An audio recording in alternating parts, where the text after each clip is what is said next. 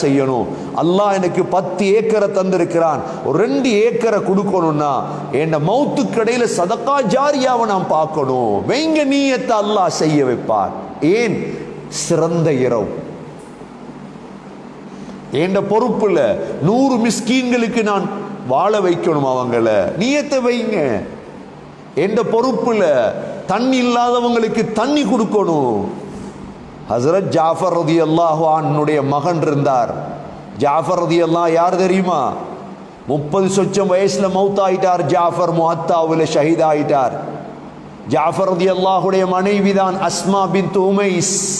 சின்ன வயசுல சின்ன பிள்ளைகள் பார்த்தாங்க. கணவனுடைய மௌத்துக்கு பிறகு அபூபக்கர் சித்திக் ரலியல்லாஹு அன்ஹு 2வது கல்யாணம் முடிச்சிட்டாங்க. உங்களுக்கு தெரியும், ஒரு தகப்பனுடைய மௌத்துக்கு பிறகு பிள்ளைகள் வளர்ந்து வாரது கஷ்டம். அதுவும் தாய் திருமணம் செய்யாம இருந்தா பிள்ளைகளை வளர்க்கலாம். தாயும் வேற திருமணம் செஞ்சிட்டாங்க, எப்படி பிள்ளைகள் முன்னுக்கு வரும்?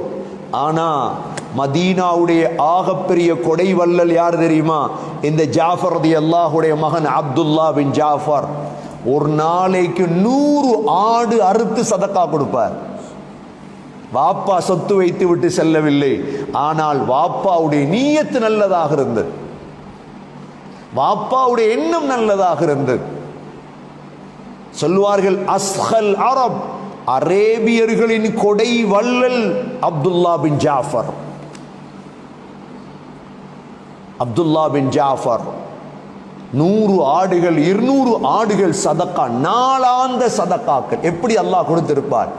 அதனால் சகோதரர்களே, நல்ல எண்ணம் வைக்கும் இரவு, நல்ல நீயத்துகளை வைக்கும் இரவு, விசாலமான நீயத்துகளை வையுங்கள்.